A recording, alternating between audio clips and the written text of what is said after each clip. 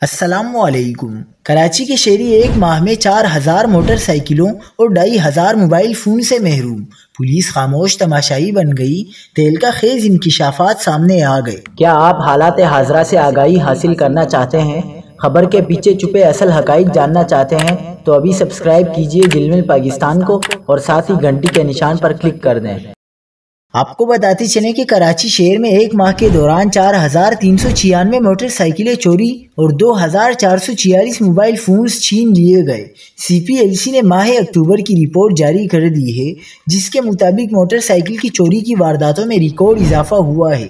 Report کے مطابق اکتوبر کے مہینے میں کراچی کے شہریوں کی 4396 موٹر سائیکلیں چوری کر لی گئیں، جن میں سے 817 موٹر سائیکلیں اسلحے کے زور پر بھی چھینی گئیں۔